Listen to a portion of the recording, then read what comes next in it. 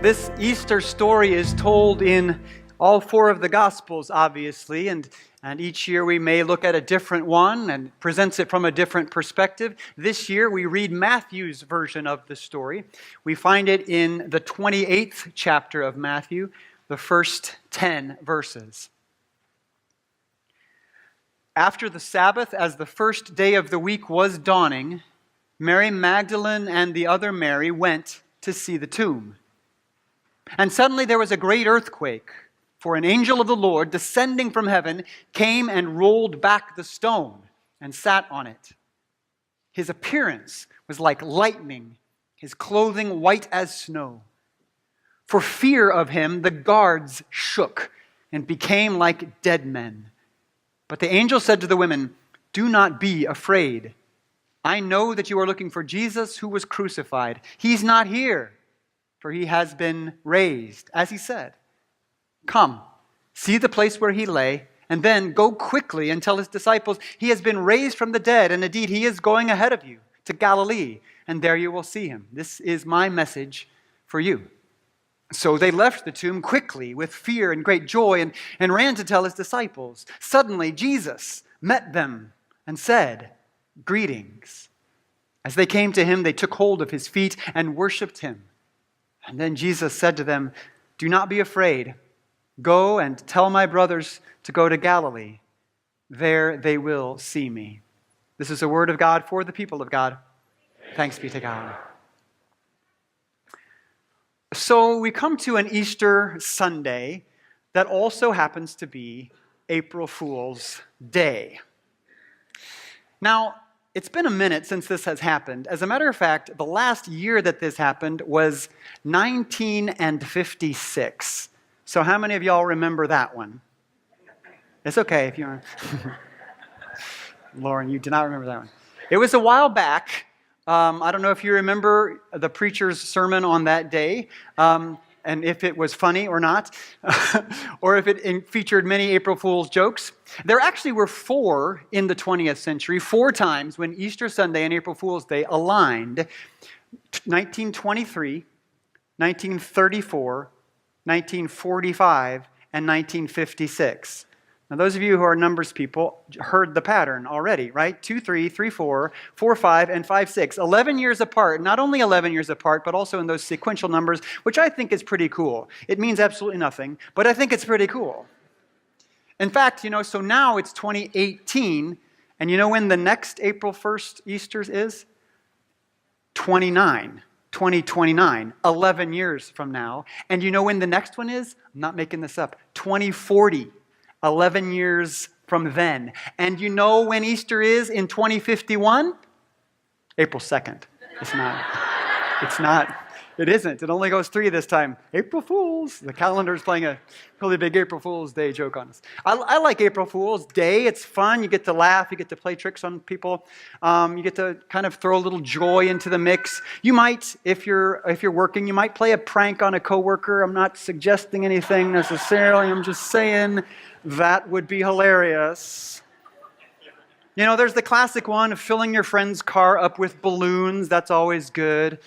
Little destructive to the environment, but nevertheless, filled with inflated balloons. I should say that. It's inflated balloons, then you put them in the car, because uninflated balloons filling up the car would be a totally different prank. One of my favorites is, now this is a little devious and a little subtle, but I know that there's a lot of people visiting family at this time. So what you do is you go around the house and you replace all of the family photos with pictures of the politicians in the opposite political party of the ones your family. Hillary's on my wall. Like I said, a little subtle. You might have to kind of wait for that one. And here's a new one. This is one that I just learned about this year. It's pretty good, though. It's called the Chewbacca Roar Contest. This works really well on college campuses. So college students with us, pay attention to this. And the Chewbacca Roar Contest prank works like this. You make a bunch of posters that announce a Chewbacca Roar contest. And the rules are simple. Here's the phone number. You just call this phone number and do your best Chewbacca roar impersonation, and you'll know if you win the... Now, here's the kicker. That ain't your phone number on the poster. That's your friend's phone, your phone number, or your former friend in this case. And you also put on the poster, if nobody answers, feel free to leave a voicemail. That's the best part of it, because when they get their voicemail, they have it just jam-packed of Chewbacca roars, and they have no idea why. I don't know if that one would work or not, but what I do know is that I have Adrian Denson's cell phone number, so it may end up being a thing in the future. When we have this confluence of Easter and April 1st, preachers have to make a decision about the message, right? Preachers can either double down on April Fool's Day and talk about the resurrection as the greatest April Fool's joke of all time and really emphasize that angle, or a preacher might go the other direction and say, well, you know, such tomfoolery is not welcome in the church. We'll be serious about this whole thing. And I'll probably end up somewhere in the middle of those two extremes. I'll tell you why. One is that, well, I do think there's value to laughter together. I think laughing together and a sense of joy that we can share together connects us together in wonderful ways and is a celebration of God's Holy Spirit with me. So I think that is important. But I also think it's really important to say that the resurrection is not a prank. It's not. Jesus really did die. And he really was buried. And he really is alive again. And we're not fools for believing that. And so I want to be careful about how far we go down that path, because it's a significant joy that we experience on Easter. It's far deeper than just laughing at an air horn underneath our office mate's chair. It's a deeper joy than that. Resurrection joy is deeper than April Fool's Day laughter. Resurrection joy is deeper than all human emotion. As a matter of fact, resurrection joy is something that changes everything. Resurrection joy transforms the world. When Matthew tells the story, he puts all the action in it. I mean, we got an earthquake, we got angels appearing, we got everything happening suddenly or quickly. There's 10 verses here, and the word suddenly or quickly appears 4 times in those 10 verses. You get this noise and this motion. Everything's happening so quickly.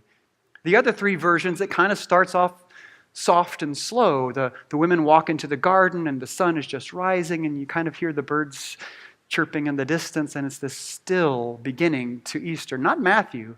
Boy, Matthew takes us there right away. Mary Magdalene and the other Mary, they're walking to the garden, and there's an earthquake as they walk in. And this earthquake is accompanied by the appearance of an angel. The angel's appearance is so indescribable that the only thing Matthew can think of to describe it is lightning. A lightning angel appears out of the sky in the middle of this earthquake and rolls the stone away. It is such an incredibly terrifying feeling and sight and sound that the guards at the tomb tremble and become like dead men. The guards at the tomb pass out because they can't handle it. Get these big Roman soldiers, right, wearing the armor. They've been up there all night, so they got the little scruff of shaving. They haven't shaved. You know, they're like, bad guy. Oh my God, there's a lightning angel coming down from the sky. And they pass out. This is a huge deal. Mary, however, nevertheless persist in that moment. And because they do, that angel tells them, hey, he's not here anymore. He's alive. Go quickly now. Go quickly and tell the others. And so they turn quickly and go. And then suddenly Jesus is there with them. Suddenly he appears and he says to them, greetings. I mean, Jesus, come on. This is Easter. All you could come up with is greetings. It's a little anticlimactic, to be honest with you, Jesus. I mean, I was expecting a bit more from you. Greetings. There's no way he just said greetings. Like, greetings. Whatever he said, they fell down and they worshiped him, and he said, all right, now go tell the others. And I was curious about that word, so I looked up that word, greetings. Surely he didn't say greetings. And it turns out that the word Matthew chose to put into that space is the word kairo in Greek. Cairo is a very, very common word throughout the New Testament, and a lot of the times it's in there, it means greetings. It means hello, or greetings, or hail, or however they're going to greet one another in English. The word Cairo means greetings. But when it's not used for greetings, it is translated as rejoice. Rejoice. So, for example, when the three wise men saw the star at the beginning of Matthew, what did they do when they saw the star? They rejoiced with exceeding great joy. That is the word Cairo. And other times that the word Cairo appears, it means rejoice. And so there it is, right? Jesus wasn't just saying greetings. He was saying rejoice. He was saying be happy. He was saying experience the joy of this moment. This greeting was an encouragement to feel the joy of the moment. I think we should start a trend right here. Everyone who went to church at Campbell on Easter, for the rest of this week, every time you greet someone, greet them with, be happy. Be happy. How much would our interactions with people change if instead of saying, hey, we said, be happy to one another? Let's try it. Turn to the person next to you and greet them. Yeah, look at that. Be happy, Adrian. Isn't that fun? You can't help but smile when you tell someone else to do it. Yeah. Be happy. Cairo, be happy. Of course, it's more poignant when you realize that this word is used as a greeting in a couple of other pretty significant places. Pretty close to this resurrection story, as a matter of fact. In fact, one chapter earlier, we read this. After twisting some thorns into a crown, they put it on his head. They put a reed in his right hand and knelt before him and mocked him, saying, greetings, King of the Jews. Same word. Or a chapter before that when we read, and then Judas came up to Jesus in the garden and said, greetings, Rabbi, and kissed him. Same word. Same word in all three places. Matthew has intentionally chosen to use the word Cairo in all of those greetings. Not that Jesus himself would have spoken Greek, you understand. He probably spoke Aramaic and would have said some Aramaic greeting to his sisters. But Matthew makes a decision here to teach us something by choosing Cairo. When Judas betrays Jesus, and also choosing Cairo when the risen Christ greets Mary and Mary after the resurrection. I mean, I get what when the soldiers were mocking him and using that word in a mocking way, right? Greetings, King of the Jews. Because their message was really, you're not really the King of the Jews, right? It heightened the sarcasm of what the guards were trying to say. I have a tougher time with why Judas, why Matthew would have put that word in Judas's mouth at that moment. I don't know, it's something to talk about in your life group this week, sort of what did Judas mean and what he was feeling in that moment. I'm certainly not going to answer that question this morning, but I have a kind of a thought that what Matthew was trying to say to us was that life presents us with all kinds of moments. And some of those moments are painful. Some of those moments hurt deeply. Some of those moments are filled with grief.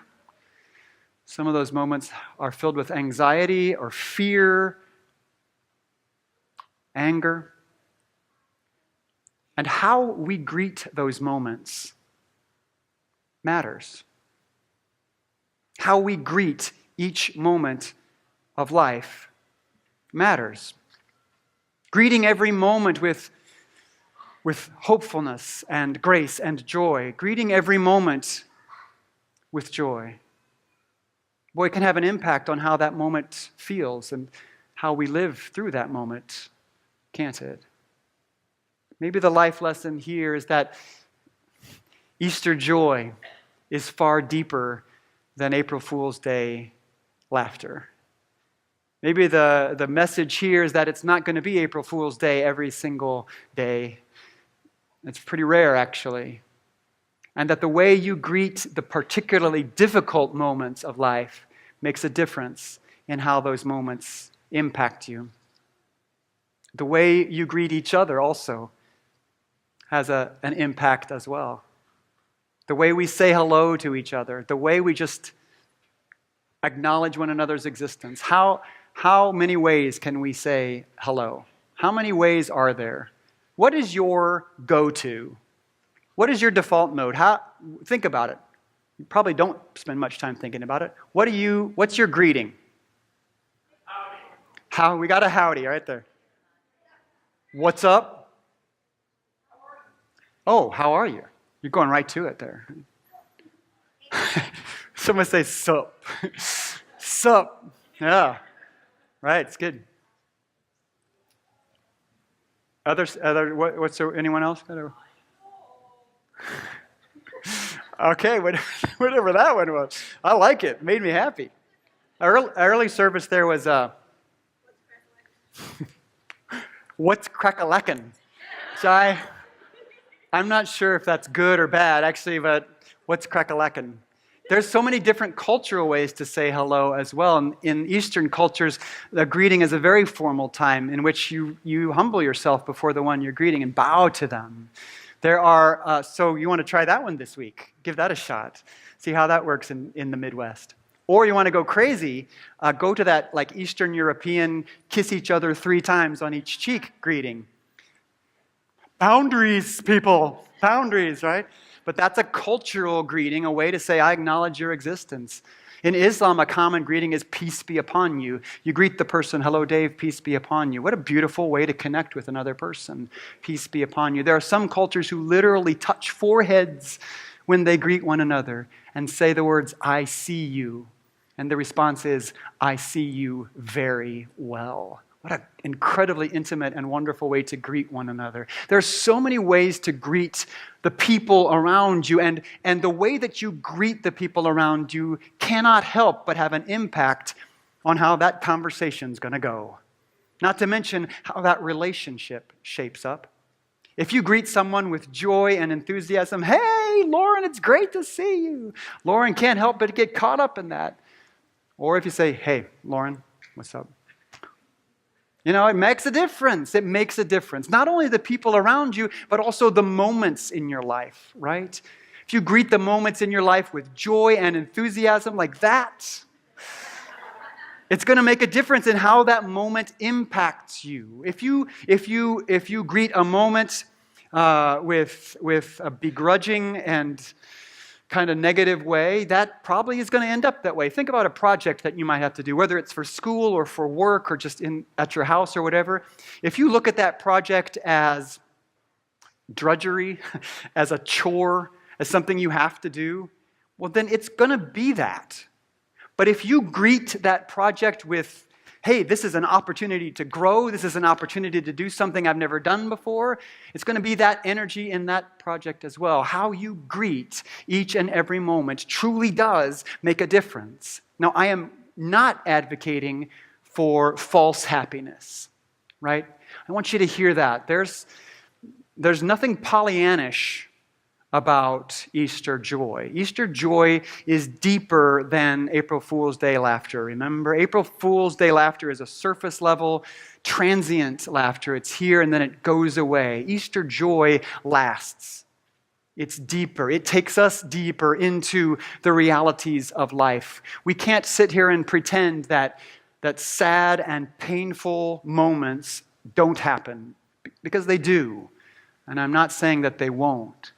What I am trying to say is that much of our life is influenced by how we greet each moment, how we greet each day. Check yourself. Are you greeting this moment with joy, with hopefulness, with grace? Or are you greeting this moment with bitterness, frustration, and fear? In our United Methodist baptism service, we have a congregational response at the end. And one of the lines of that response is, with joy and thanksgiving, we welcome you as members of the family of God. Isn't that a wonderful greeting? With joy and thanksgiving. Be happy.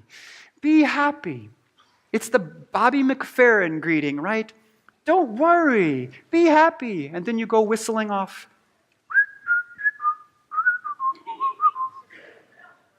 Thank you. Thank you so much. We don't usually say that greeting at Campbell. With joy and thanksgiving, we welcome you as members of the family of God. What we usually do instead at a baptism is just burst into spontaneous applause. That works too, by the way. That works as an expression of joy and greeting the newly baptized.